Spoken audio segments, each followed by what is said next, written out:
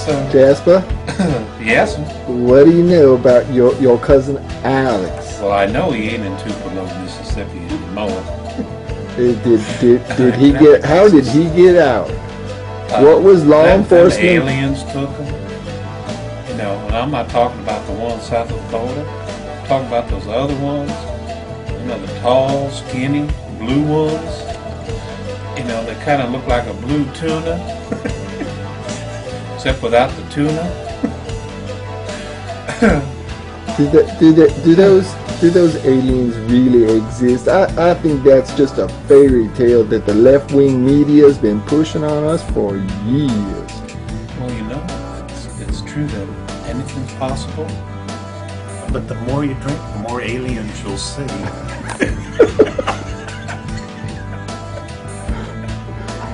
I have a feeling, Jasper, that this is going straight up to YouTube this evening. You want to drink to that? Here you go. Here's to Earth. Here's to all of us on the front lines, the back lines, and who don't even know we're in line. Well, I photograph much better in the dark, you know. I photograph much better in the dark. All right. You got the giggles? Well, here, I got a couple questions for Mr. Collier here. Okay, we're being serious now? We are. Okay. So, Alex, you know, it dawned on me that 14 years ago, Easter weekend 1995, that we last got together and did an interview of any kind. So, I had no idea it was the same weekend. Yeah, Easter weekend. Wow. 14 years later. An interesting coincidence. Yeah, it is. Well, it's a pleasure. Sorry it took 14 years to do it again. I'm glad we're getting the chance today. Hey, so, you know, in the last few years, there's been an awful lot going on in the United States, and I think a lot of people have changed their view of what the United States is really all about. I think they've come to realize that some of the things that we've been doing, that we've allowed our government officials to do, haven't really been in our best interests. Well, tell me about your perception about the direction the United States is headed. Well, you know, the country is always a reflection of its people. And it is my opinion that, yes, we have a governmental bureaucracy that claims to love America, but clearly by its actions and the laws and the way it's beginning to attack the citizenry, it hates Americans. But really, who's to blame for that? I mean, it's very easy to blame the government, but the government essentially is just our voted representatives. I mean, there is a bureaucracy around that government that manages and does the day-to-day grunt work, but essentially, you know, it's the Congress and the Senate and the executive branch, who we vote for, who we've put into office. Now, I've said this, back in the early 90s, 92, 93, 94, I was saying a lot of this was coming. And you know, really, who do we have to blame? And quite frankly, Rick, we have ourselves to blame. It's the citizens' fault. We abdicated management of the government to a group of politicians who are allowed to take campaign contributions from private industry, from corporations, from the military-industrial complex to do their bidding. We got on with our lives, I guess, mistakenly trusting that our representatives, when they took the oath of office, actually meant it. Obviously, they didn't. Because now what we have is a horrible situation. We have a government that isn't in any way, shape, or form a representative of the Constitution or even the Bill of Rights. In fact, those two documents barely exist at all. The government isn't acting like they exist, and they're going to continue to do what they want to do or what their bidding is, what they're being told to do. So let me put it to you that way, what they're being told to do. So, it's the people. We screwed up. We didn't manage the government. We didn't pay attention to what they were doing. As long as there was food on the shelves, as long as gas was cheap, as long as everybody was working, nobody cared. But guess what? Reality's hit home now. Now we have a government spending our dollar into absolute oblivion. We also have devaluation of the dollar. The chickens are coming home to roost, and now everybody's beginning to wake up and saying, oh my God, what the hell have these guys been doing? And, now we know. It's out there, and it's at a point where they're not even bothering to hide it anymore. So, what the question really comes down to is this. America is changing dramatically, and it's changing very, very fast. And it really comes down to a very simple premise, in my perspective. Do you want freedom and liberty, or do you want socialism? Now, there are some dramatic differences between the two. One requires self-responsibility and self-government. The other is you become a natural resource of the state, and they will tell you what to do, when to do it, and how to do it. And if for any reason at any time they decide they no longer need you, as Henry Kissinger so aptly put it, then we all become useless eaters. So this is where it's at. There is no really middle road as I see it. I think everybody waiting for one man to do something, for example, President Obama, to change the company, to change the government, to change the world, is ridiculous. He is just one guy, and the governments of the world are not run by offices, they're run by corporations. They're run by corporations, and those corporations are run by a program. And that program essentially has control of everything. It controls the money, it controls the technology, it controls the governments, it controls the media. And some of the personages within that program are not us. They're extraterrestrial. And I know many people will say, oh, that can't be, it never happened. Well, it doesn't matter at this point what they think. What is what is. And that's where we are. And now it's all coming to the forefront. And the next couple of years are going to be just the most interesting and the most full of growth opportunities for people. Dark night of the souls for many people. And an opportunity to not only change the way we live, but also the way to change our perspectives on how we want to live. And, really think about what really is important. Is it the money? Is it the dollar? Is it the big car? Is it the $1 million home? It isn't any of that. It's our family and it's our friends. We don't need all this crap. We just don't. What's important is who we are. Where are we going with ourselves? Have people looked inside themselves and said, I do all this work, I support all these other things and all these other people. Am I actually fulfilling what I want to do? Am I, in fact, following my passion? Am I truly happy with my effort and what I've done? Have I made any difference whatsoever in what's going on here in the world?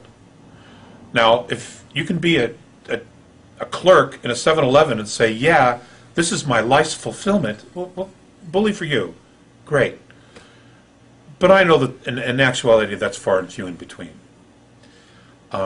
People really need to start evaluating and get extremely creative and figure out what is it that they can do to fulfill themselves, to fulfill their dreams, to at least know what those dreams are and start going after it. Folks, it isn't about the extraterrestrials, though that's important because it'll give us a different perspective of who we are. Ultimately, when you come right down to it, the question that has to be asked is, who am I? What is it that I want? What is it that I'm creating? What is it that I want to create? How much am I actually valued by myself, my family? Am I loved? Am I respected? am I following my heart's desire? Am I spiritually evolving? Or am I just on this automatic treadmill that the media and the earth's religions have put us on? You know, you feel good on Sunday, but by Wednesday it's just like, it's all worn off. And that's because it's not genuine. It's not genuine depth. It's not genuine happiness. Okay, it's instant salvation. And that doesn't work, you know. And it's not that anybody actually needs salvation. They just need to love themselves.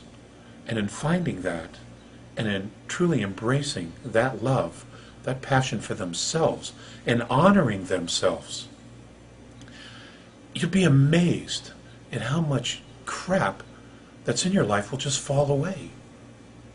Because, you know, what isn't real will just fall away when you're actually on your path. You know, and I can't tell people what their path is. I'm still working on my path. But it's all about self-responsibility. And that isn't going to change. That's where the real growth, that's where the real evolution comes from. In America, we had that opportunity, and we did it for some time. But for the last 50 years, God, it's just gone downhill. I mean, we've had this incredible opportunity to change the world, you know, and now the world's very upset with us. And let's take a look at that for a second. Okay, Alex, you've mentioned that Eisenhower lost control of the U.S. government and that it really has never been regained by the U.S. people. And I think we all want to know, how did that happen? well, that's not exactly what I said. He didn't lose control of the government, but he lost control of the technology.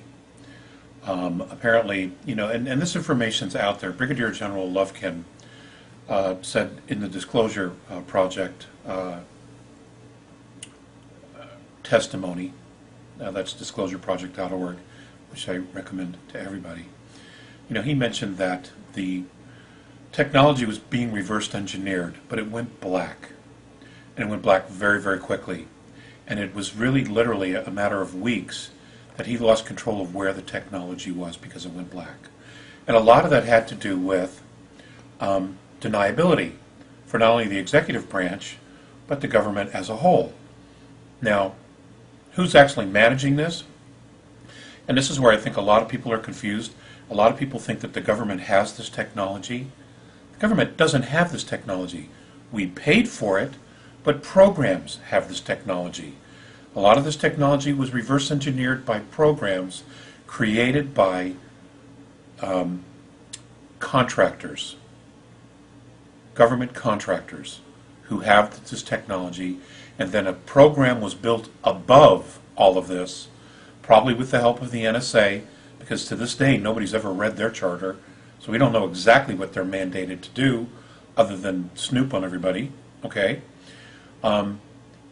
That's where this technology is. It isn't that the government has it. It isn't that Obama can get his hands on it and say, okay, I'm taking it and I'm giving it to the people. It isn't like that at all. If you remember, Jimmy Carter tried to find out about extraterrestrials, and it was George Bush Sr., who was then director of the CIA, told him, sorry, Mr. President, your classification, your clearance isn't high enough. This is documented. So he couldn't find out anything. Bill Clinton did exactly the same thing. He tried to find out, but he was given limited information because he didn't have the clearance.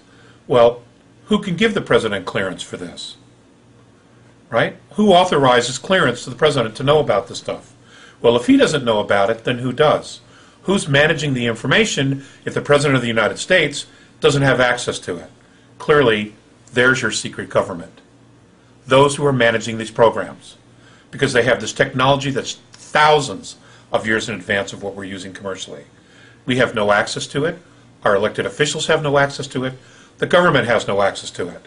Okay, but these programs exist nonetheless, and we are paying for this. Okay, the taxpayers, but we're not deriving any of the benefit of it. That is your secret government. Everything else is smoke and mirrors. Okay, what's coming down the pipe now is the fact that they have this technology and they're basically making choices. They're deciding what kind of society, what kind of world we're going to live in, who stays, who goes, what areas go through war, what areas stay in peace, which natural resources are going to be taken over. All of this is being managed by the program. And let's take a jump back to John F. Kennedy. This is not something I've ever said publicly, but if you recall, one of the things that John Kennedy did, one of the first acts he did, was to abolish the Special Operations Coordinating Group within the National Security Council.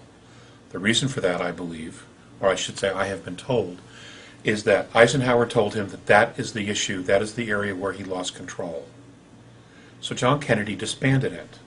What's interesting is after he was assassinated, Johnson reinstalled that group. Now who is this group? Who is the special group? Nobody knows. Nobody really knows who they are. Administrations come and go, but rumor has it they stay. They stay and they manage all the data, all the information, everything. For example, also during Kennedy's administration, he signed an executive order in June, 11110, I believe it was, executive order, authorizing the United States Treasury to print interest-free money. Started with 5s and 10s. That executive order, in fact, is still on the Federal Register and it has never been repealed, but we don't do anything about it. The government doesn't do anything about it, and the Treasury isn't doing anything about it. Who is doing it? The Federal Reserve. And the reason you won't ever find the Federal Reserve being audited, or they won't allow you to audit it, is because they have created trillions of dollars to fund the secret space program that McKenna, this kid over in England, found out about. That's the deal. That's the reality of the situation. You know, and you can go pound your head on a wall, you can do whatever, but that's it. That is where our secret government is. It is there, it is real, and it's managing everything at this point. And they really don't give a damn what the people think. They really don't. They have their own agenda. And they're doing their own thing. We don't need the space shuttle. We haven't needed it forever.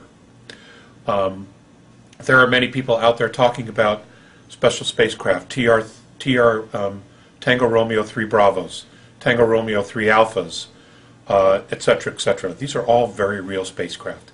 They, in fact, do exist. And they do have some solar system travel. We are so far along, it's amazing. And in one sense, we can be proud of that, but in the other sense, where is the technology? Why is it that we are still being strangled by oil companies? It's ridiculous. Because they fear an economic collapse. Well, we've printed the dollar into oblivion. The economic collapse is coming anyway.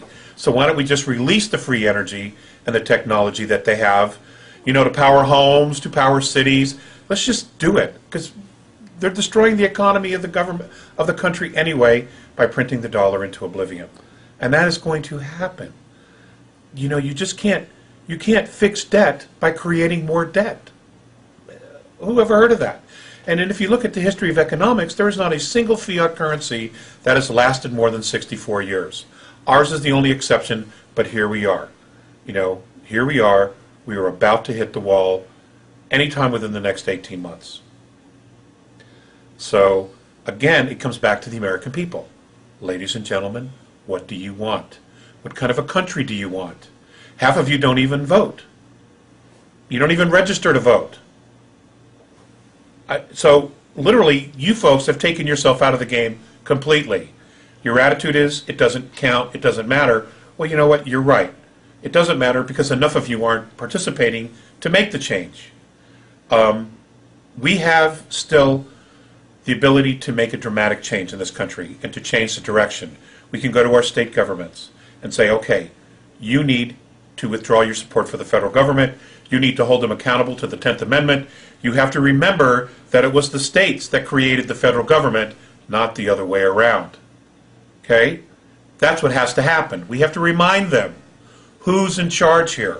The citizens created the states created the government. Okay? It was a government of the people, by the people, for the people.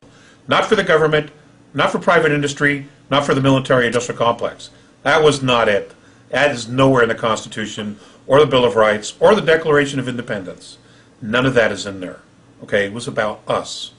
And if we don't reclaim it back, we are going to lose the country. We're virtually there. In many intents and purposes, we have absolutely lost portions of our country. Who knows what's really going on? It's an absolute travesty.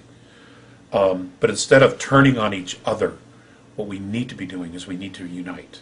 We need to come together with a very common focused purpose, not rioting, not killing. None of that has to happen at all. It's a question of just restating to our state governments, we want change. We want you to rein in this government. And whatever it takes to do that, you do it. And if all the 50 states got together, we could make this thing change right away. But that's what happens. Remember, the people created the state, and it was the states that created the federal government. It is not the other way around. I want to know what involvement ETs played in Eisenhower losing control of the military-industrial complex. I don't know that they had any. I don't know that they had any control at all, or they intervened in any way. They wouldn't necessarily have to.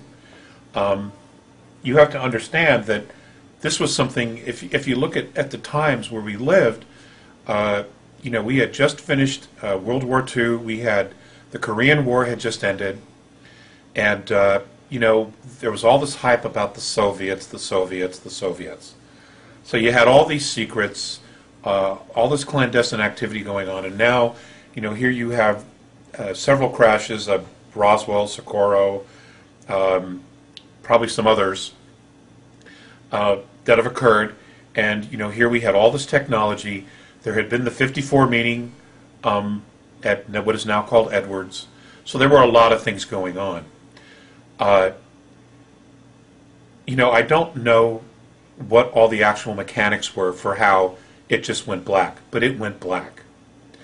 And probably whatever mechanism was in place that could classify these projects, or whatever group, let's hypothetically say Special Operations Coordinating Group within the National Security Council, all right? Let's say that they had the authority to classify these projects, these programs.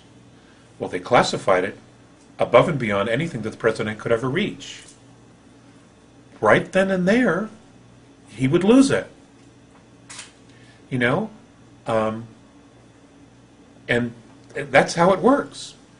Is it a good system? No, I don't think so. I don't think so. Are there some things that maybe we should have been told about it? Absolutely yes. Are there some things that maybe we shouldn't have been told? I'm absolutely open to the idea that there were, especially from what I've learned from the A's, that there are some things maybe people weren't ready for then. I think we're probably ready now for a lot more information, but now they don't want to give us any information. I mean, now we're getting more information outside the United States about what's going on than anywhere else. Even other governments are very, very open. And here we are, the center of this entire thing, and we're like being led down this dark hallway, or how did Leonard Stringfield put it? A hall of mirrors with a floor of quicksand. That's exactly what it's like. That's a perfect analogy for this fiasco that's going on. Here we are, reversed engineered this technology. Here the American people have paid for it, and we know less than anybody else about what's actually going on with it. It's just, this isn't going to serve anybody. And if you're in a poker game and you don't know who the patsy is, it's probably you. And that's exactly what's happening here. We're in a poker game and we're the patsy. And that's what I know about it. Now, earlier you mentioned the program. Is that something that elected officials created, or is that something way above the elected officials, above the entrenched military officials? What is the program? It's kind of vague, just calling something the program. Be as specific as you can to explain what you mean by the program. Well, it doesn't operate like a government. It operates like an agenda. Now, exactly what that agenda is, I can't honestly say. But let's just take a look at where we're at. We know this technology exists. We have people coming forward. Again, I'll make reference to the Disclosure Project and other civilian as well as military people coming forward. Even other extraterrestrial groups who have been making contact with citizens of Earth in other countries have been given information regarding the fact that there has been the reverse engineer of technology. The Germans were doing it, the Nazi Germans were doing it, the Russians have been doing it, the United States government has been doing it, but we don't hear anything about it. Okay? It's a program, and this program is essentially above civilian everyday life. You have Corso's book, you have the work of Colonel Wendell Stevens, and all of the research that he's done regarding this, and many, many other authors that are trying, every day to put out more and more information and just, banging on the door, pounding the walls to try to get people to understand what's been going on here. And they deserve a wealth of credit for their tenacity and for continuing to do this work and to get it out. Like yourself, as a researcher, putting this information out, usually out of your own pocket. So many people have made so many sacrifices. They've lost relationships. Marriages have ended because of this focus on trying to bring humanity up to speed on what's going on with the program. So when we talk about the program is so far removed from everyday life on Earth that most people wouldn't even think it would exist. It could also be that the program really doesn't know anything about how we're existing at this point because they're so removed from everyday life. They're tucked away in very secret places. They're in underground facilities. They're tucked away inside mountains. They don't have intercourse or exchange with everyday citizens in a very normal way anymore. They're secluded. They're sequestered. They hang out amongst themselves. They're detached from everyday humanity. So it's almost like you have two complete different realities here, operating within the same space, which in fact is true. So, what is the program? I can't honestly tell you, Rick, what the agenda of the program is. But there's evidence that the program does in fact do things that not only protect America, but have also intervened. For an example, several weeks ago, there was an incident along the East Coast where many people along the East Coast, the eastern seaboard, saw a green flash of material flying through the sky and landing in the ocean. The backside on that is that a cargo ship somewhere in the Atlantic launched a missile to take out Norfolk, Virginia, and that it was a TR-3B that took out the missile. If that's true, and I give that a very high probability, then I'm okay with that. I'm really okay with that. But if you have technology that sophisticated, why are we spending billions of dollars on all this stuff that we don't need? Why don't we put that money back into helping small businesses and build the economy? Why aren't we taking that money to pay off mortgages? Okay, we have, 17, 18 million homes that are empty now in this country. Why aren't we doing something to put homeless people in them? I mean, there's a million things to do. I mean, here we give Wall Street, $10 trillion? And less than 2% of that is actually being loaned back to the citizenry? Enough of that. That isn't going to work. That's not going to work. And that's not what this is supposed to be about anyway. Okay, this is a government of the people, by the people, for the people. Not for the bankers, about the bankers, and only for the bankers. No, that's not what this is about. And it never should be about that. Okay? There has to be a paradigm shift here. But it's got to come from the people. All right? Instead of whining and complaining, take it back. Take back control. If you don't like what the government's doing, then you get involved, you vote, you register to vote, you do whatever you have to do. If you can't make a change in Washington, then you make a change in the local government. We have to do something, all right? Because we're out of time. We are literally out of time. And the program needs to somehow be brought back into reality. And I don't know the mechanisms. I don't know how we're going to bridge that, all right? But someone knows. Someone who's involved knows how to bridge those realities back into ours. How to take this technology 1,000 years advanced and bring it into the world today to not only help the environment, but to make us all free. Who the hell wants to live as a slave? Nobody does. No one does in the world. Every citizen wants freedom. Every citizen wants their children to grow up free. You know, my children, your children, the people listening to their children, at this point, their children will never know the civil liberties we know. That's a tragedy. That's a tragedy. And it doesn't matter who dropped the ball or where we dropped the ball. The fact of the matter is the ball has been dropped. And we have to do right now, we have to take it back. Okay, so the program, I don't exactly know how to answer that. I've given you the best information that I have. It's complicated. It is just so complicated, you know. Let me ask you, within the last year, you've spoken again with the Andromedans after 5 or 6 years of deciding that you didn't want to be involved for a while, that you needed to focus on your own life, and you had other issues that kept you from wanting to be involved and be the public spokesperson and the messenger for the Andromedans. But in the last year, you've been able to speak again with them. Have they had any input for you that's helped you understand how we might find our way out of this?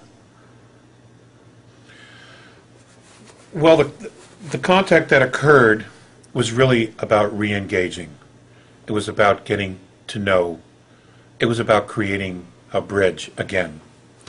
It's important to understand that I chose to take the break. And there were a lot of things going on in my life, but I also, it became very difficult to walk the two worlds, number one. But number two, I had to do some searching. I had some maturing and some spiritual growth to go through. I had my own dark night of the soul, for the lack of a better word.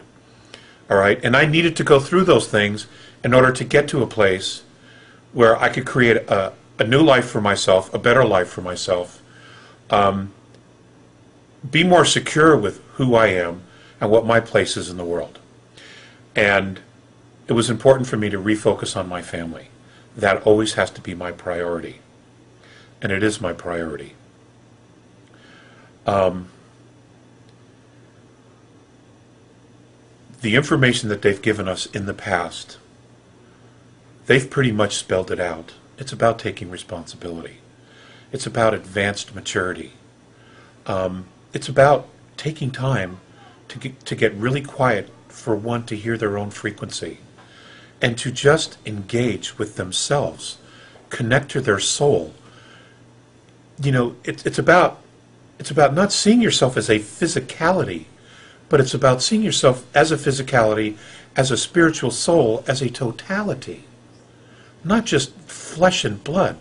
You know, we're not some mistake. We're not some pool of chemicals that magically turned into this. That's not it at all. There is a grander scheme here. There is a definite divine purpose for everyone that's here and other worlds. But it's up to us individually to want to know what that is, to search that out.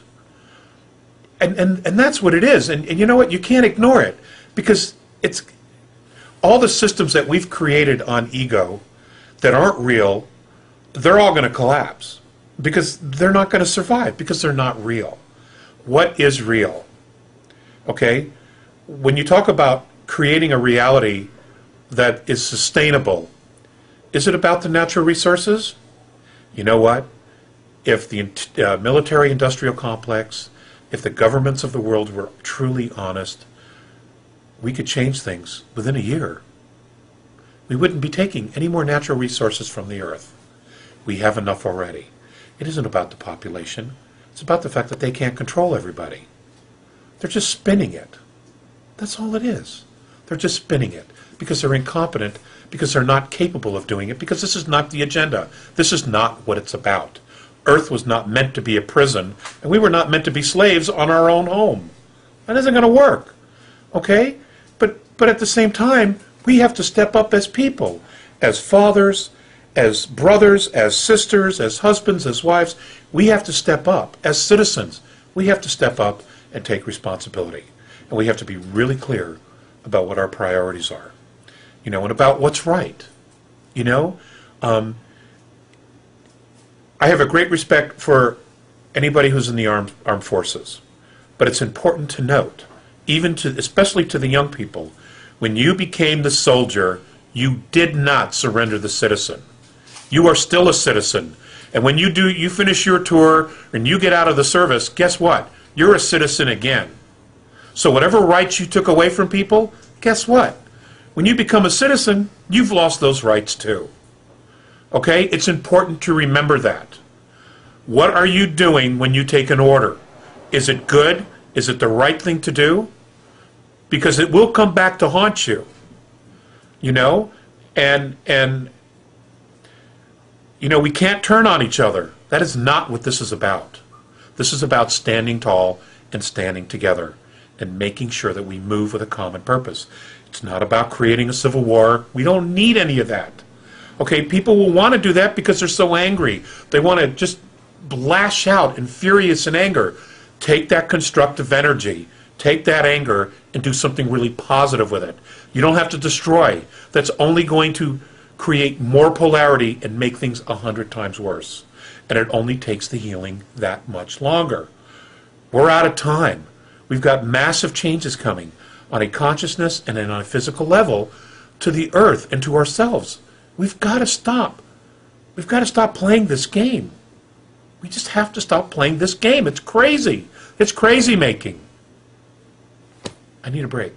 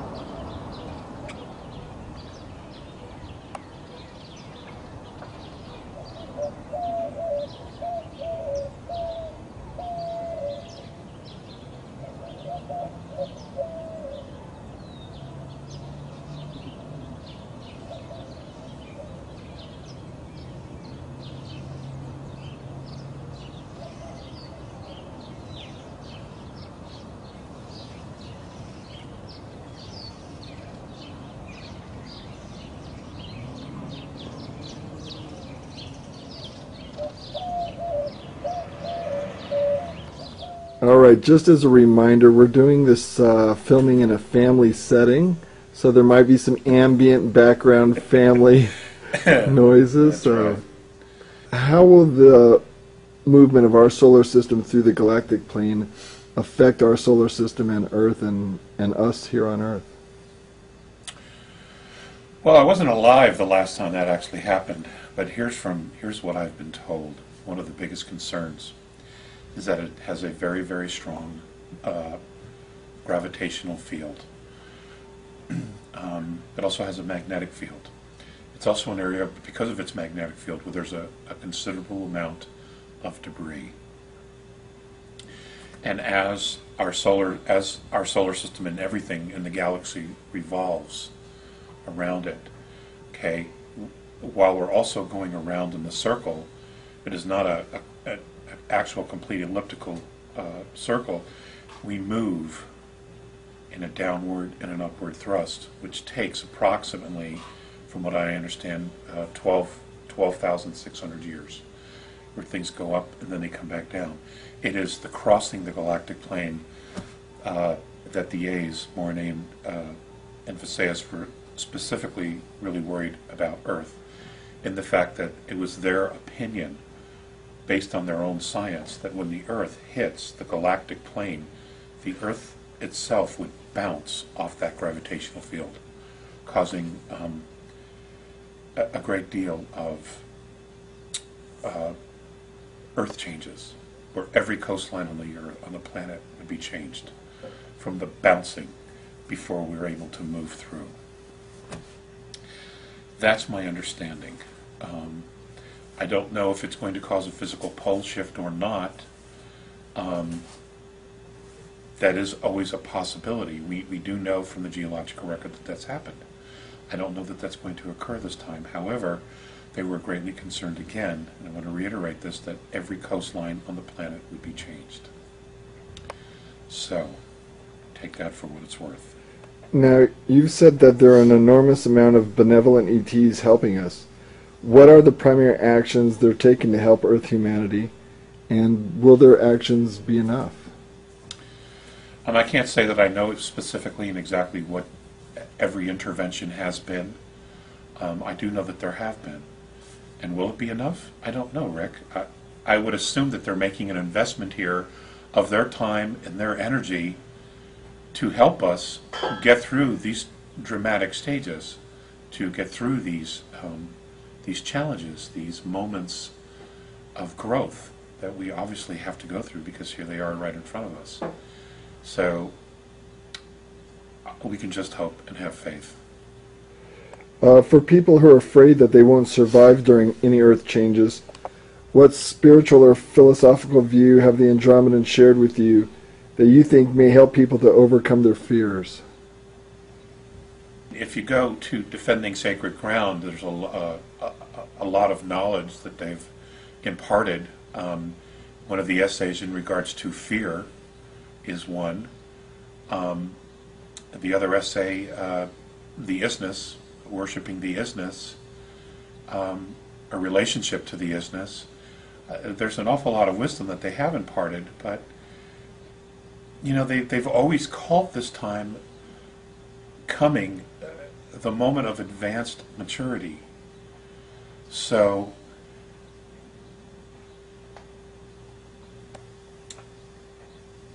I don't necessarily know how to answer that question. I know that I'm not going to be living on the coastline. You know, I'm going to be moving to the Rocky Mountains, to areas along the Colorado Plateau. That's where I'm going to be, at least here in North America. So everybody, you know, people have to listen to themselves. They have to get their own guidance. You know, this isn't about, you know, saviors. This is about everybody becoming their own Christed being and figuring it out and listening and tuning in and figuring out, you know, what they're supposed to do, where they're supposed to be. You know, that's the purpose of maturity, is to get to that place. You know, for example, Rick, we can go back to the question that I asked many, many years ago, what was going to happen to us? You know, and the response was to become totally self-confident and free, to unconditionally be responsible for oneself without being coerced to accept some higher authority. And that's it. That's the essence of advanced maturity, is getting to that place and just knowing. Just knowing. You know, and I'm not here to teach people that. You know, that's I never would have signed up for that. You know, not the way, you know, the Earth civilization has treated its, those kind of teachers. They've been ruthless with them. I never would have volunteered for something like that. In terms of survival, though, we talked a little last evening about it, and you said survival is a false premise. What did you mean by that?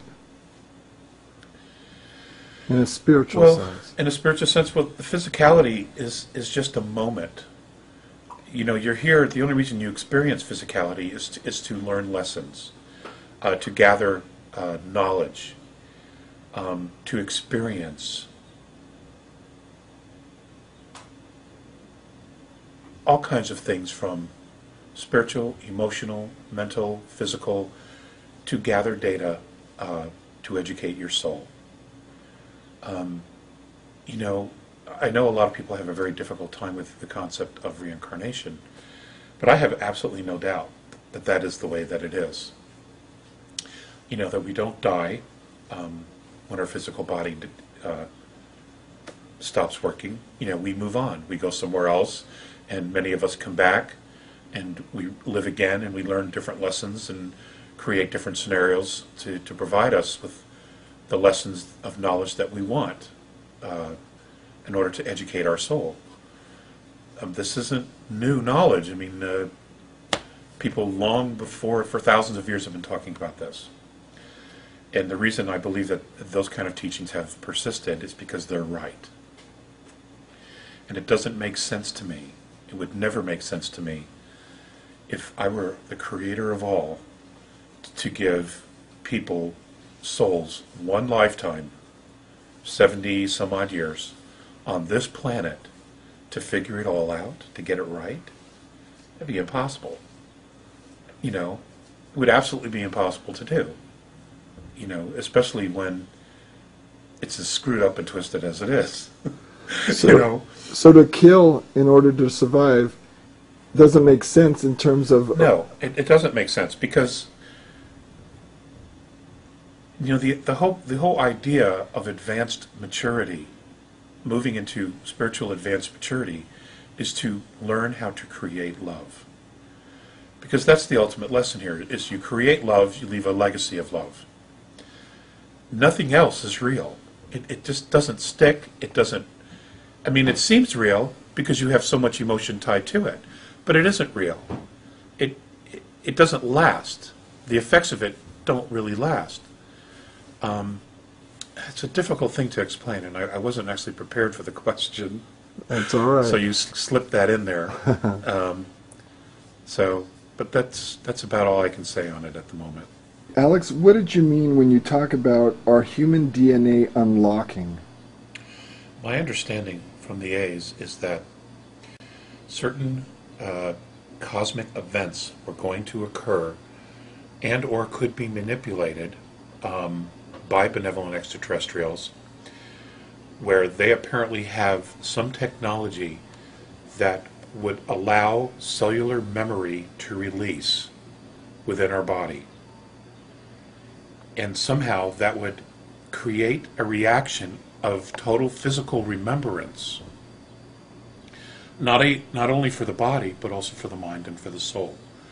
Now you see, when the soul attaches itself to the body before birth, it attaches to the central nervous system. All right? Now that is where apparently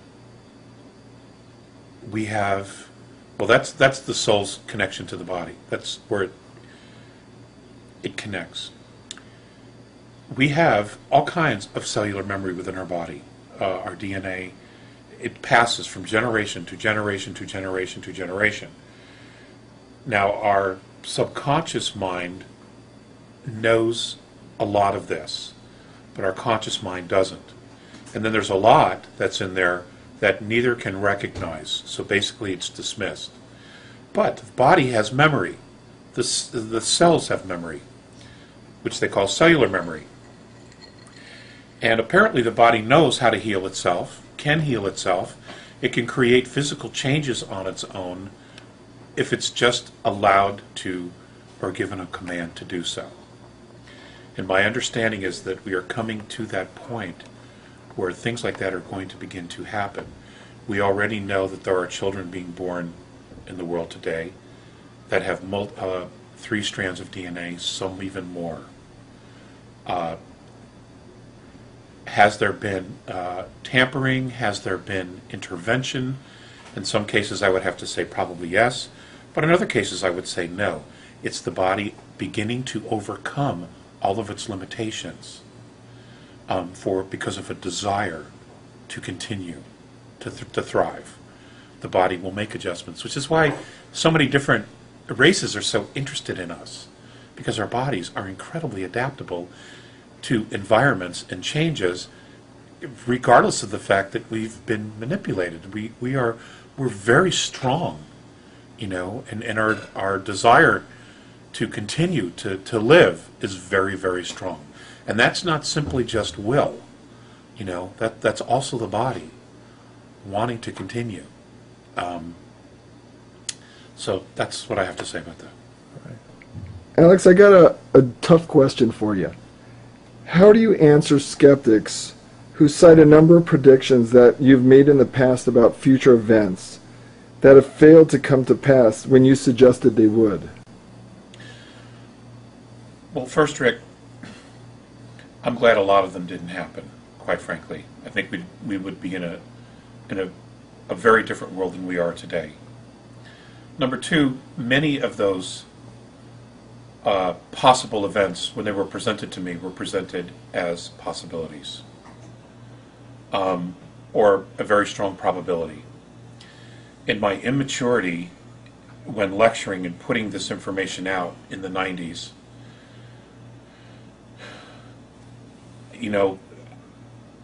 I was running a lot of fear. I was being harassed by governmental agencies. I was being followed. My phones were tapped. There were a lot of things going on. I was losing jobs left and right because I was putting out this type of information. There were a lot of things going on in my life at the time. I'm the only one who could take responsibility for that. If I had to do one thing over, I would have taken those possibilities and I would have presented them more, or try to present them more in a positive light and say, this is a possibility, this is a probability that they said could occur here and here and here. Now I know several of the events did not occur because of intervention. I know that. And intervention is still occurring, okay? And I'm thrilled that they didn't happen. For the others, I don't know. I don't know if it was consciousness. I don't know if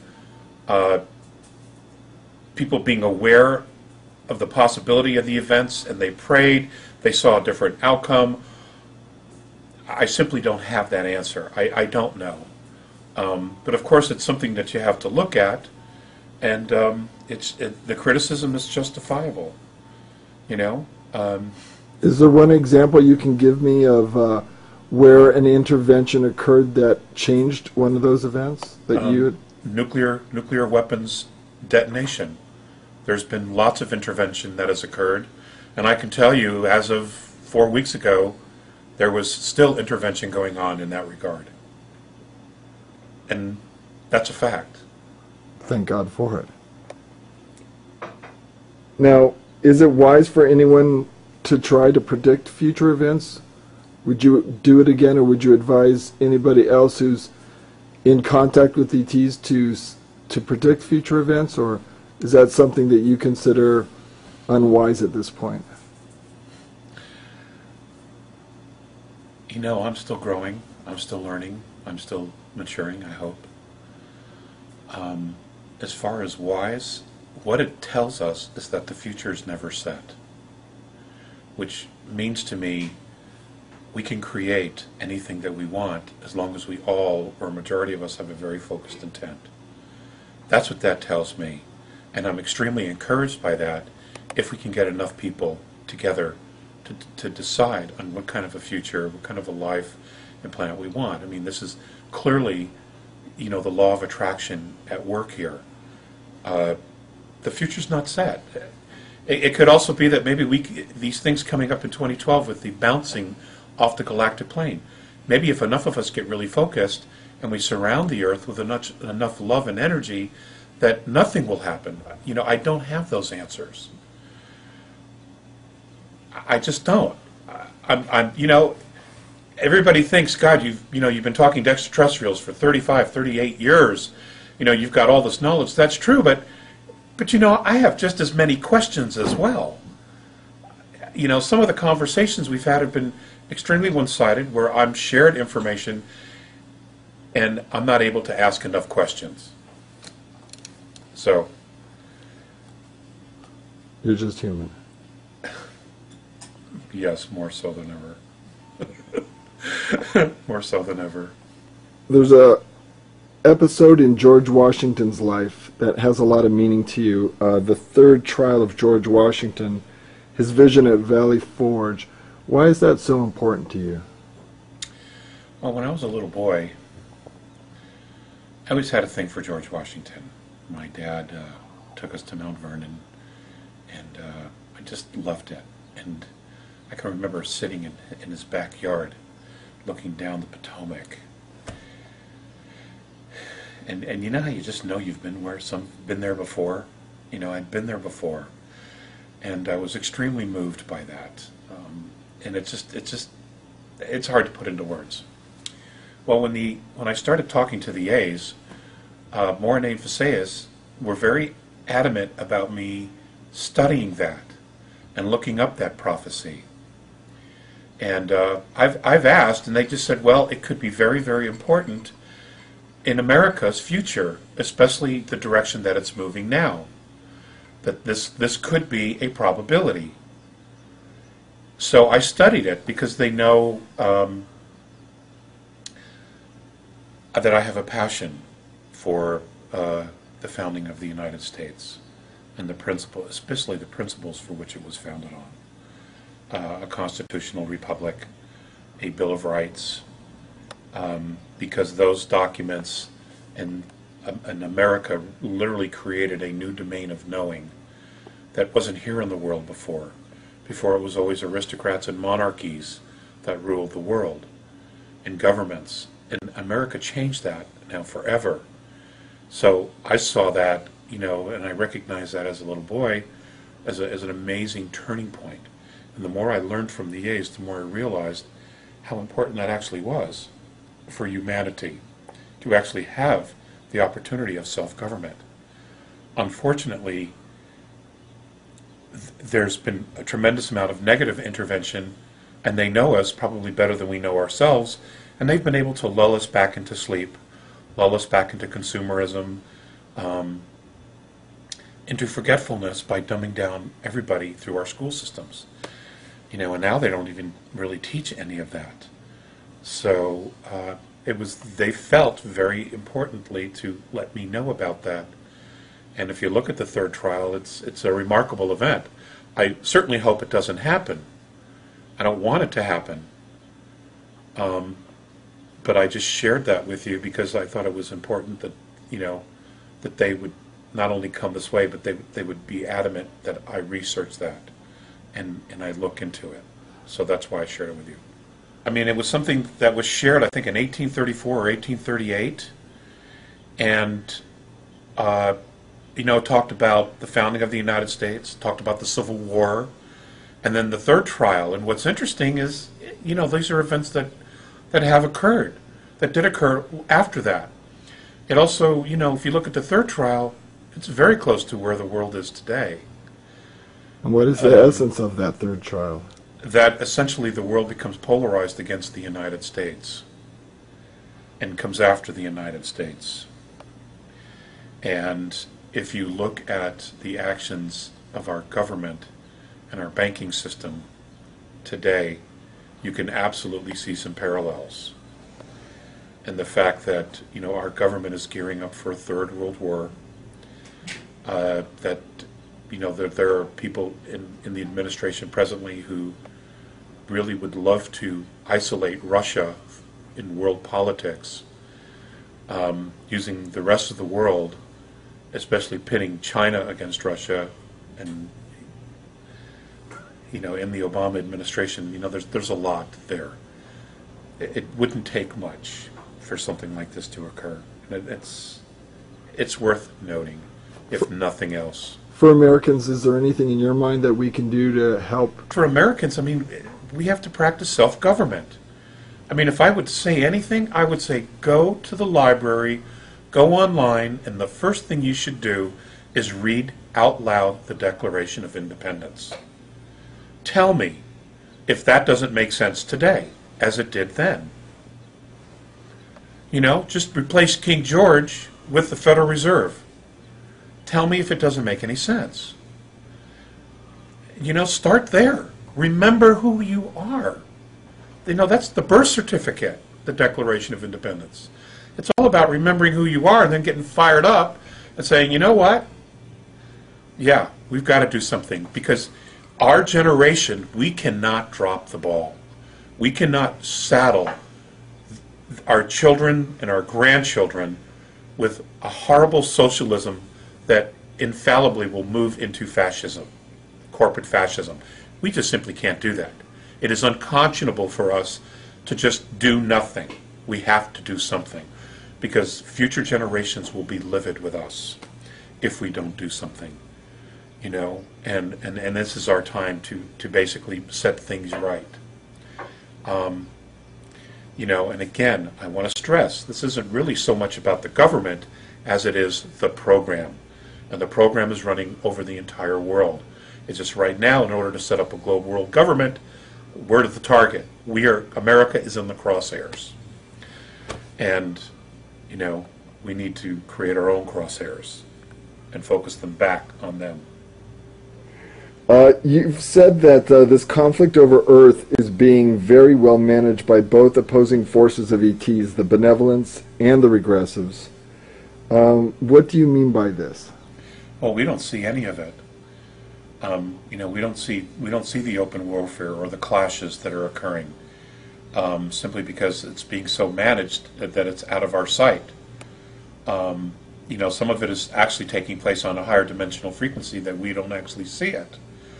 But there have been incursions into third density, you know, that we are in fact aware of, which is why there have been recovered crashes, you know, because they've been shot down. So it's being well managed, both sides, so both sides can do what they want to do, and at the same time we're being allowed to move in a specific direction. Okay, now I got a tough one here. We're not trying to contradict anybody else's belief system here. We're just speaking about the Andromedans. But according to the Andromedans, in our ancient past, Earth was moved by the Pleiadians. How did they do this? And why is this important? And also, why is it so controversial? What is so controversial? Well, the concept that the Pleiadians are imperfect, that they've made mistakes in the past. Well, they've all made mistakes. I mean, that's called growth. That's called maturity. You know, you don't know the right things until you've done the wrong things. You don't know the path until you've experimented with different logic, different ideas, different philosophies, different methods of implementation of thought and creation and worship.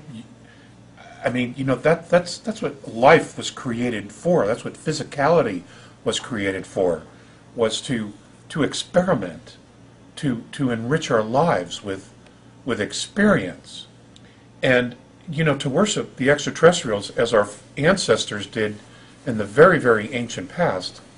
It would be stupid. It would be the wrong thing to do. And the reason for that is this. Yes, they have incredible technology. Yes, they have enormous wisdom about space, about life, and there's a zillion things they could teach us. But they have gotten there the same way we're getting there, by making mistakes. That doesn't mean they're gods. That doesn't mean you bow down and you worship them. They have made their mistakes, and in many of them they're still making mistakes. Now, the reason you've asked the question, obviously, is that the A's have been somewhat critical of the mistakes the Pleiadians have made in the past here on Earth. And one of the things that they have said to me was that the reason they're involved now is to help the Pleiadians step up, that they have an obligation to right some wrongs, that the situation that we're in because they did not fulfill a promise after Atlantis to protect Earth. They didn't do it. The Andromedans say that Earth was moved by the Pleiadians. Why would they do that? Let alone, how could they do that? Oh, that isn't difficult to do. I mean, it only takes several very large motherships where you form a grid around the Earth, and you can literally use the gravitational field and pull it or move it forward. I mean, that isn't difficult. Solar systems are built today by extraterrestrial races. They can do that. They can, bring moons that are just floating out in space and put them around planets. They can move planets closer, further. They can take an ice planet, move it closer to a star so that the ice melts and now there's water. They can do all kinds of things. This type of engineering, planeteer engineering, I don't know that there's actually a word for it, can be done and has been done. And it's the same here with Earth. There was a point where we were actually too close after a direct hit with another planet, and they were able to move it further away from the sun, which was a good thing.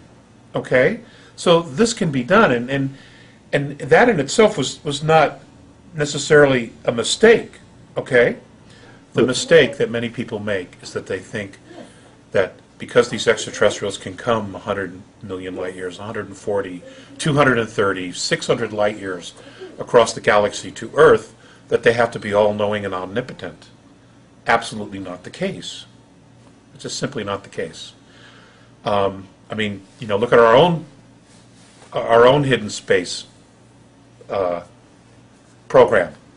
We know it exists, and they have remarkable technology.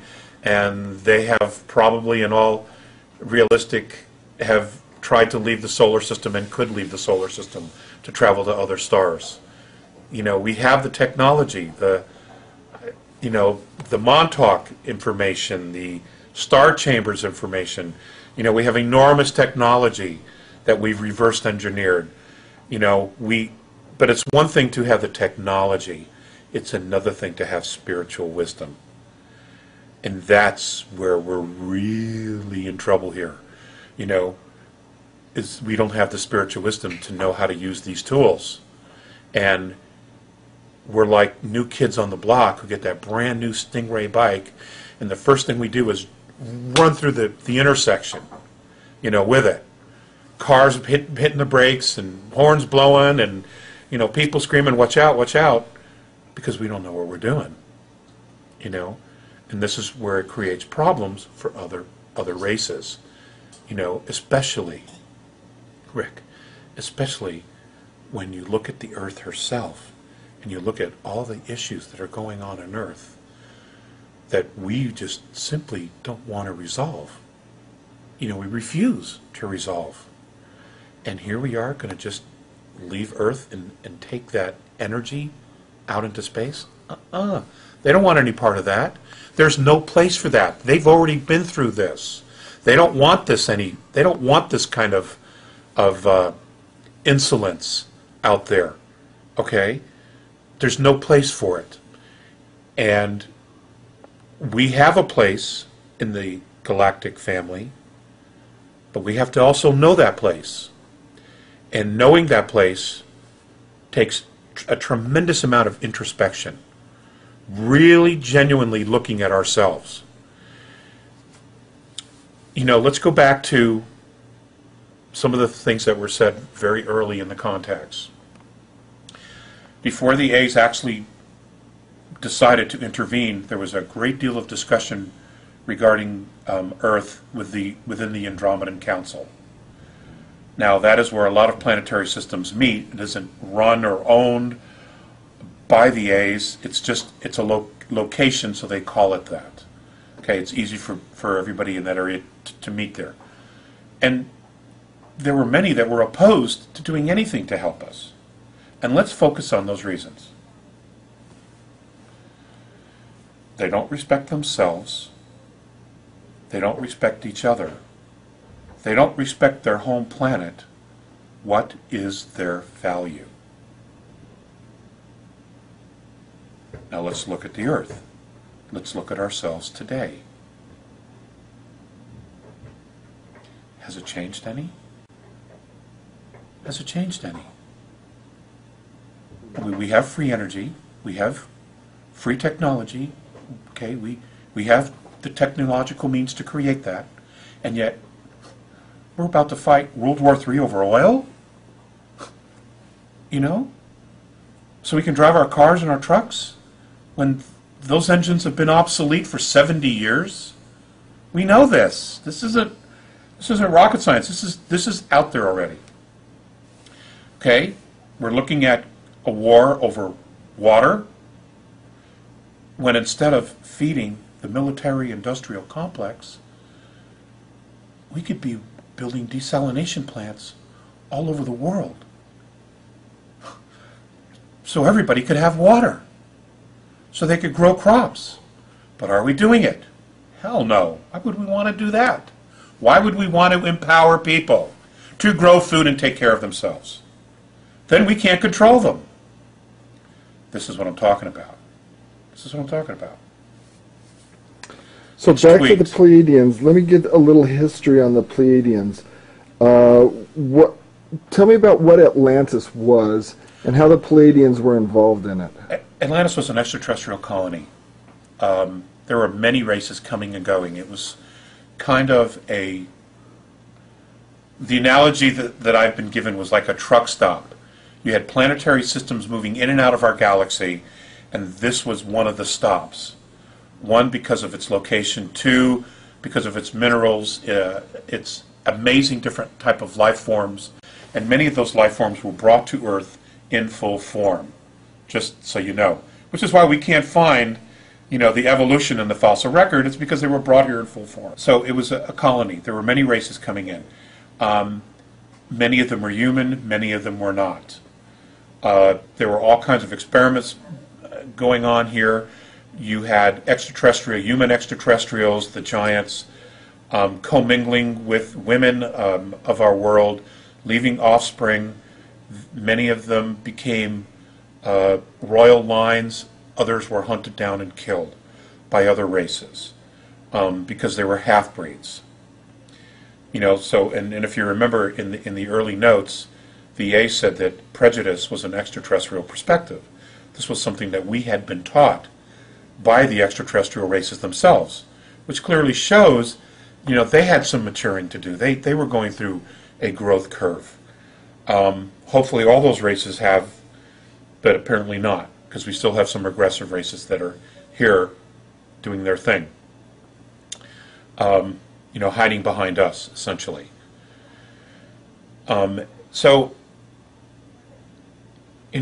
It was an extraterrestrial colony, which is why it was so technologically advanced. People were coming and races were coming and going. And that all ended in a war, in another war. And, from what I understand, it was the Pleiadians who took out Atlantis. So, and that's a whole nother conversation. You also, I think, expressed that the Andromedans said that those left behind on Earth were supposed to be protected by the Pleiadians. Yes. And what happened there? They left. They didn't stick around. And other races came in. And not only took refuge, but created underground colonies for themselves, and essentially began the very slow process of managing us, controlling us, and at some point they started using us as a natural resource. Are those the ones that have created the program, as you call it? They're a very integral part of the program. That is correct. How has the moon and those other races associated with the moon affected Earth humanity, and what's the history there? Well, God, that's no small question. What I've been taught was that the moon showed up somewhere around 11,600 to 12,000 years ago. It was brought here. We know it's hollow. It came from, I believe, Ursa Minor, from a star system called Chauta. And it used to be a craft of some sort. And, you know, in the early years of space travel, many of the planet-faring races now, when they first started, they didn't have all the natural resources to build huge craft.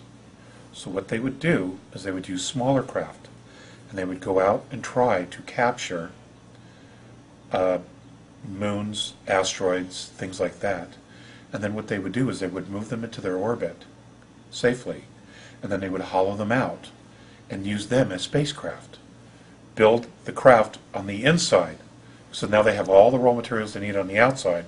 Build the craft, a propulsion system, your life support systems, things like that on the inside of these moons, and then they would use that as the craft. You know, as opposed to using all of your natural resources to build the shell of the ship. They didn't have to do that now, all right? It's just really smart. So, you know, briefly, that's the story of the moon. That's dealt with in Defending Sacred Ground. Now, the Aryans, the Maldekians, how are they associated with the moon? And who are they? Well, they're essentially the same. You know, if you look at the Aryan race per se, it's a combination of Orion, of a lot of different races. Let me just say that, of different human races. Now, my understanding is that during one of the last pole shifts, they hid underground facilities that were built for them in the Himalayas because it was going to be safe there. And after the pole shift occurred and things began to settle, they came out. But apparently not all of them have come out. There is still a very small group that live inside the mountain, underground, who literally want no part of the surface. So that's how I could address that. And I think this is documented in history books where the Anglo-Saxon race, the white race, you know, came out of the plateaus of the Himalayas in ancient history, and moved down through India and just, you know, migrated to different areas of the world. I also understand that they had some advanced technology that was used as well. They had access to that. What's their influence been on humanity? Has it been positive, negative? What kind of influence? I would probably have to say both. I would have to say both. You know, it's, you know, Rick, you could take any piece of information, any philosophical belief, and you know, you could turn it for positive or for negative. You know, but ultimately, the decision to buy into that belief system, whether it's light or it's dark or positive or negative, is as us. You know, I mean, there have been a lot of ideas that have just gone by the wayside because nobody believed it, didn't want to believe it, and it wasn't of any use. Well, it's the same thing with the religions. You know, it can be used for positive or for negative, but ultimately it's the responsibility of the people who buy into that belief system to use it in a good manner, you know, or a negative manner. So it's like, you know, what was it, Flip Wilson when we were kids? The devil made me do it. You know, I mean, you know, how often have we heard that? Where in fact, you know, he made the choice to do it. You know, so. Faust. Yeah, Faust. So, I know you've told me that in the last 5 years you've had limited contact, although you've had some in the last year with the Andromedans. But according to what you've come to understand in previous years about the moon, what's been occurring there in recent times, say the last 50 years, you've stated that the NSA has been operating bases on the moon since the spring of 1958. Now, a skeptic would say, how is that possible to keep such a secret hidden from the public for so long? And how did you get the information that the NSA has had bases on the moon since the 50s? Okay. Well, it wasn't their base, but they were there sharing the base. Let's correct that. They were taken up there by the Greys. That's how they got there. There was an exchange of technology and personnel. We know this, but this goes back to 54, and there were even attempts at contacts even earlier than that. So there was in 54 the beginning of sharing of technology. Now that project, from what I understand, it's amazing. The first group and series of groups that went were known as the Black Monks. I don't know if it was Project Black Monk or what. But this has been going on for some time, and everybody thinks the government can't keep a secret. Well, they absolutely can keep secrets. I think in the beginning their intentions were good. I think they honestly wanted to get their hands on this technology.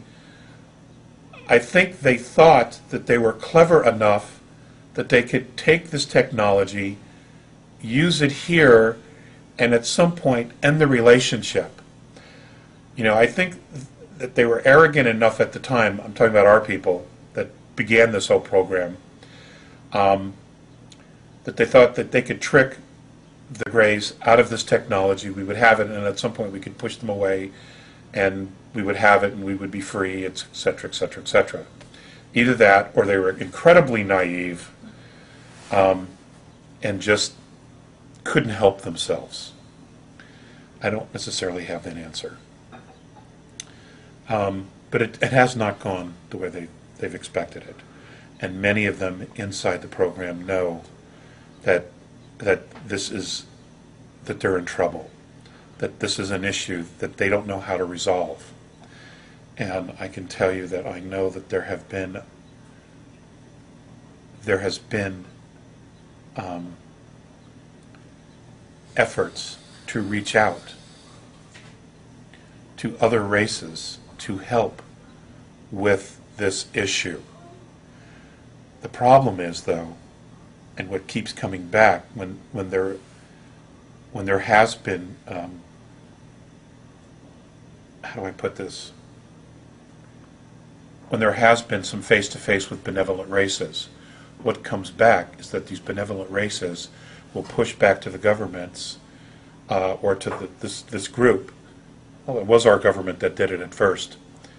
They say, look, you signed a treaty. You agreed to all of this knowingly. It's your responsibility. And apparently we were warned, not to go with these guys. So it's kind of a dilemma, actually. And but at this point, the benevolence will intervene. I absolutely believe they will intervene for the sake of humanity and not the sake of world governments. They're going to do, I believe, they're going to do whatever they can to protect the people, not the governments. Was the 1969 moon landing a fake, or was it real? I don't believe it was a fake at all, no. Why haven't we gone back since 1972 or 73 to the moon? Well, I don't think it was because of lack of interest. I think it had to do with the fact that we were told not to go back. Who told us that? I don't even want to get into that. I don't want to get into that. Next question. All right. Okay. When Mornay shared with you their understanding of the relationship with the isness, which is like what some of us might call the one or God, they call it the isness, back in 1995, what was your reaction to it? Awe. My reaction to it was awe because of the simplicity and how clean it was. And I immediately saw some parallels between what the Native American and other indigenous people had practiced as far as being a part of nature and appreciating nature and the grandeur of nature and watching nature and understanding the power and the presence of it, not only to heal but to create wisdom and to educate about who we are in our physicality. You know, for example, what most people don't understand is many of our herbal treatments that have been used for thousands and thousands of years. The indigenous people learned from the animals by watching the animals, knowing what plants to eat when they weren't feeling well. You know, I mean, we take it for granted because we think we have, you know, modern medicine, but most of modern medicine is recreating extracts found in the plant world. That's all it is. Except, you know, their stuff is really tweaked, you know, and it creates other problems for the body because it isn't real. Okay, Alex, critics of contactees often make the argument that the whole ET UFO phenomena is simply a ruse by attention seekers to create a cult following and pseudo-religion around themselves. Now, how would you answer these types of critics?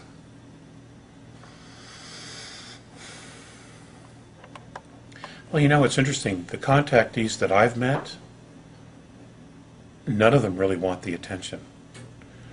In fact, it's more disruptive and harmful to their lives than anything possibly could be. You know, with the exception of the Meyer case, where they create Fiju and you know, it's become radical that Billy's it and he's the one and it's only him and it's only about him. You know, other than that, I'm not aware of well, there is that guy in France, right? The Raelians or something like that, whatever they're called. You know, there is that guy. I think that for the love of the planet, most contactees who have come forward share the information because they believe it will help. It'll help give us some insight into what our issues are and our own self-identity, to realize we're not alone. That, you know, maybe there is a way for us to get some answers so we don't destroy our planet, destroy our ecology. You know, that there are some mentors out there, races who could mentor us through this transition that we're going through. As far as creating religions and cults, well, humanity has always done that. You know, that's why you've got the religions. I mean, you know, the Romans knew what they were doing when they were creating the religions of the East and the West, and creating Christianity. They knew what they were doing. I just, you know, the critics could find anything to bitch about anything. You know, they can, you know, they sit behind their computers and they say they can, you know, say whatever they want to say. But what would they do in the same position if they were being contacted? Would they shit their pants, or would they stand up and what would they do with the information? I'm sorry, you need to go away. I don't want any of this information because I'm afraid I'll create a cult. I mean, what is that? You know, what would they do? What would they do in this situation? You know, it's so easy to criticize the efforts of somebody else when you're not the one on the firing line. You know, it's always easy to be the armchair quarterback. You know, when you're in your living room, you're not on the floor or on the field having to make the call. It's always easy to second guess. You know, and you know, from my heart, those people who think they know when they don't know, you know, you deserve to be on the front line. You really do. You do. You deserve to be on the front line. You deserve to be attacked like you've attacked everybody else, so that you know that you don't know what you're talking about. It's that simple. And that's exactly how I feel about it after all these years of taking crap and having crap thrown at me and at my family and at my children. You know, you don't know what you're talking about. And it's gotten so bad that, you know, if you were to ask me, would I ever do this again? Would I ever go public again? The answer is Absolutely no. I would keep the information for myself, pass it on to my family, and tell the rest of humanity, forget it, because it isn't worth it. It just isn't worth it. You know, look at your history on how you've handled those who have tried to share wisdom. It isn't a good track record. So, but I wouldn't do it again. If I had to do it over, I wouldn't do it again.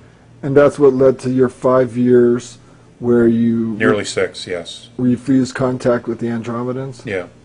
And what prompted you to begin contact with them again? What made the difference for you? That brought you back? Well, look at the condition of the world, and I'm a parent. I'm a parent. So this is about your children? Yeah. Yeah. Plain and simple. All right, now come the easy questions. Don't say that. Who is humanity? Who is humanity? Oh, you know, that's an evolving question. Who are we? You know, what is our sum total? You know, we've come from humble beginnings, primarily a slave race, mixed with extraterrestrial genetic races, other genetic races of extraterrestrial origin, or other planetary systems. Been experimented on. Just, you know, that's the $64,000 question. Who are we? I believe that's evolving as we are. What does it look like? You know, what does that look like when we have fully matured? You know, what does humanity look like? And I believe that it will probably be one of the few true representations of the entire galactic family living together as one. That's honestly what I believe. And, you know, through our physical body types, through our skin color, through all of our genetics, you know, it's remarkable potential. You know, but we're evolving. We're moving closer to that. You've also mentioned that some of us are from a higher frequency, a higher dimension. You've talked about the Patal.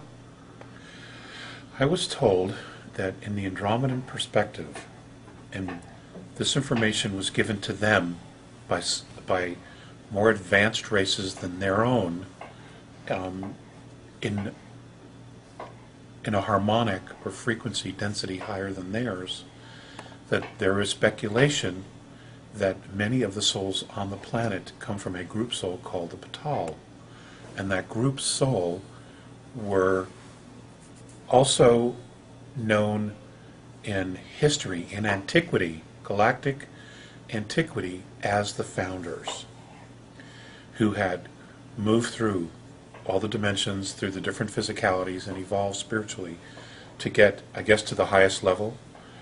And some have decided to leave eternity and fall back into the concept of time, which is where we are today, where allegedly they are today, let me put it that way, here to help uplift and change, you know, this harmonic, what we know as third density, and to move it forward. And as we move forward, it creates a graduational type of procession of uplifting of frequencies for the others as well. It's an evolution, and allegedly that's what they think.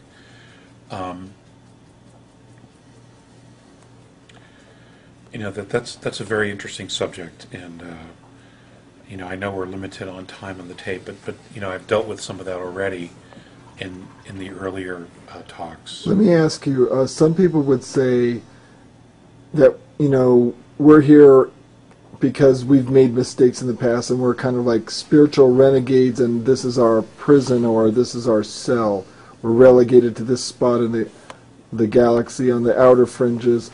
Other people say we're slow learners, we're spiritual idiots, and we've got a lot to learn before we're allowed into this, you know, heart of the galaxy and mix with the other higher frequency races. What do you what have you learned about those concepts? Are those valid or invalid, or what's your opinion? Well, I think if Earth is a prison, it's because we believe it's a prison. But it could be that they're all right. I mean, if this is a place where we create our own physicality, we create our own reality, then they're all right. You know, if you believe this is a prison for you, then you're right. It's going to be a prison for you. If you believe this is a paradise and a school and a place for you to learn lessons and evolve and to learn love, then it's going to be a school for you, a university, really. You know, irregardless, we all know that it's a boot camp for the soul. You know, Earth is not easy. I think the true test of Earth is that, yes, it's physical, but it's kind of like being in a mirror. You know, what you think is immediately mirrored back to you. You know, if you walk around and, you know, whining that you're the victim, you know what, you're right. You're going to be the victim. You will create that reality for yourself. If you walk around projecting prosperity, you will create prosperity. It will come to you. You know, to me, it's like a hall of mirrors. That's what Earth is. And I, for one, feel extremely blessed to be here to learn these incredible lessons and to have these particular opportunities. You know, and I just wish more people looked at it that way. Because you know, when you get to that place, it's very self-empowering. You know, and you know, you're willing to step up and do the things that you have to do. Well, I am very thankful for the lessons that Earth has given me. But you know, in hindsight, you know, with all the things that we have to go through to learn, to love, to feel, to be responsible, to experience anger and hate and abuse of power and all those lessons that we all go through many lifetimes here, would I add that additional class of, you know, dealing with an extraterrestrial race on a planet as paranoid as this? And the answer is no. Now, earlier you said that you're convinced reincarnation is a reality. In fact, you were even given evidence of reincarnation by the Andromedans. They showed you something when you were young, something about your life history, your past. Can you share a little bit about that?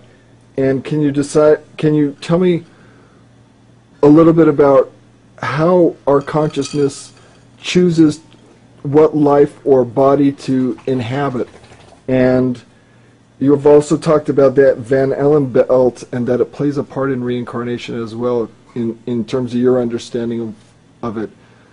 Let's talk about reincarnation for a little bit. Tell me what you feel about reincarnation. When I was a kid, they had put this cap, it was almost like a metallic type of a yarmulke on my head. And immediately monitors came out of a wall out of nowhere, and I started being shown scenes of lifetimes. And this information was coming out of my own head, even though I consciously had no idea or a way to even tap into it. But I knew it was me. I mean, I was emotionally involved with every scene that I saw, and I knew that it was me. And, you know, that's not something that I can explain to people. You either just know or you don't. Well, I knew that was me. And from that moment on, I had a different perspective of life. Because having been born and raised a Catholic, you know, as an altar boy, you know, here, you know, what they teach you is that you're given this one life to get it right, and if you don't get it right and you make a mistake, you know, even though he's a loving and forgiving God, he's going to throw you into a fiery abyss for the rest of eternity. That's insanity. It's insanity. I mean, why would anybody believe that? Number one, okay? Number two, obviously that's not a loving and forgiving God.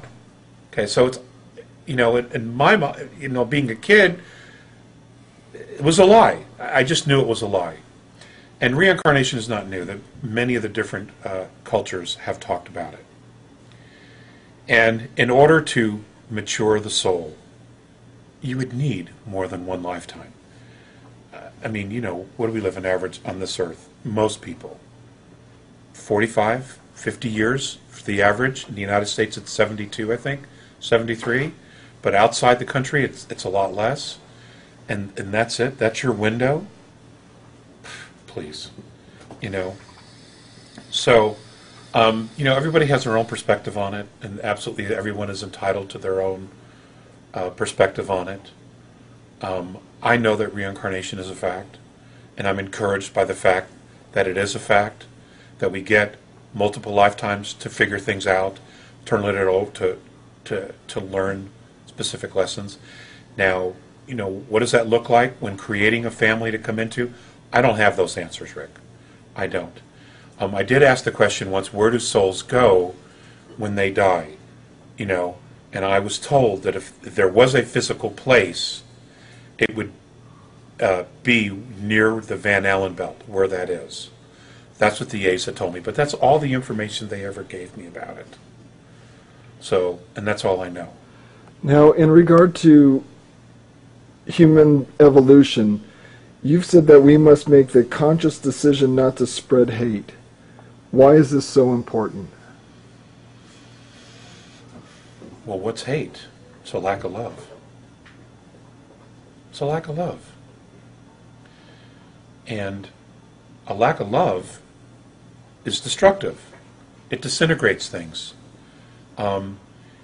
If you look at some of the earlier notes where the Andromedans have talked about traveling through space, throughout our galaxy, and discovering cultures who had reached advanced maturity that had actually destroyed themselves because they lost their original intent. And I believe that the original intent is learning to totally and unconditionally not only love oneself, but love all. When you lose focus of that, things just begin to disintegrate perpetually, because you continue to justify creating a space of fear. And do love and fear exist in the same space? No, they don't. They're actually polarities, opposite polarities. So, many of the advanced extraterrestrial races have figured that out. And so, even if there was an opposing ET regressive race, they would do their best not to hate them. Yes. Yes. You've said that in this age that it's so important to know your neighbors. You've said that in your recent meeting with the Andromedans that your faith in friendships was reaffirmed. Why is friendship and why associate with neighbors, why is it so important, especially now, in these times? And let's end it with this question. I've been blessed to have an off-world perspective of Earth. And it's a very tiny little planet compared to some of the others that are out there that have life on them. We are a community of people all living together, sharing a very, very small space. Okay? On a ball of water and land that is traveling through space. It is such a miracle, such a gift, if you could see it from that perspective. The reaffirming of friendship was, you know how I had not seen them in a very, very long time. And that initial reconnecting was if we had never been apart. And you know that when you're, and you know, we've all experienced that here on Earth, where we have had friends who we've never seen or we haven't seen for years and years and years, and then you either accidentally bump into them or something, and it's just like it's like you hadn't been apart. The conversation, the friendship picks up exactly where it left off. Those are gifts. You know, those are absolute moments of grace. And they should not ever be taken for granted. Because those relationships not only mirror back our own goodness and bring us joy and laughter and sharing, but they help complete us, you know, and reaffirm our purpose and see good in people every day.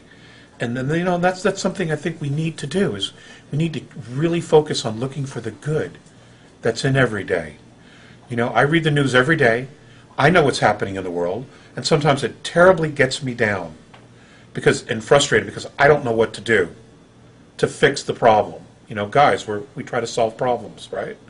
We're wired that way. But at the same time, if the kids start laughing about something, it changes my perspective. It brings me joy.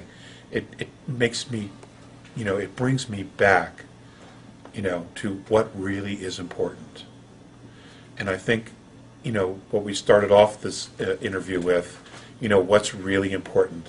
These are the things that, humanity as a whole really needs to be focusing on. It can't be about money. I'll never forget the time that I did this presentation regarding money to Mornay and Faceas, because they asked me to. And when the whole thing was over, and I spent a great deal of time putting together this presentation. Of course, I was naive because I figured, well, they didn't really know, they didn't understand. But of course they knew. They've been studying us for a long time. And when the whole thing was over, Mornay was very grateful. And Faceas just looked at me and he goes, I don't understand. And I go, well, what is it that you don't understand? And he just looked at me and he said, I don't understand why you have to pay to live on a planet you were born on. And I mean, it's such a simple question, and it's haunted me ever since. And you know what, ladies and gentlemen? Ask yourself that question. Why do we have to pay to live on a planet we were born on? And who are we actually paying for the privilege of being alive here? Who made them the boss? Who put them in charge? Think about that. Alex. And have a rum and coke. I'm kidding. Thanks so much for spending the time with me today, and with all the people that are going to get to be able to see this. And we all thank you in advance, and we thank you for everything you've done in the past, sharing all your experiences. And a lot of us recognize the pain and sacrifice that you've gone through in sharing this, and we all just want to remind you that we really appreciate it and thank you. Peace out.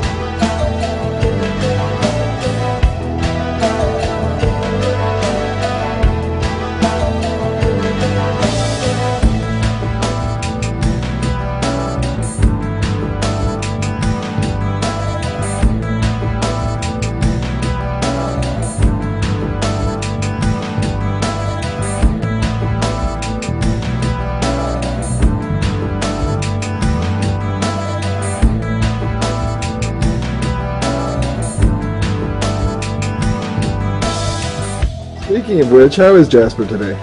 Jasper's right fine. Talked to him earlier today. He was out in the chicken coop looking for a date to take her to the dance tonight. But unfortunately, Did he find the hen of his dreams? he couldn't catch her. He couldn't catch her. So he's going stag tonight. Anyway, folks, welcome back to WTRK here in Tucson, Arizona. Special thanks for studio catering to Maritza Keefe. We love you. Thanks for coming to the show. Bye.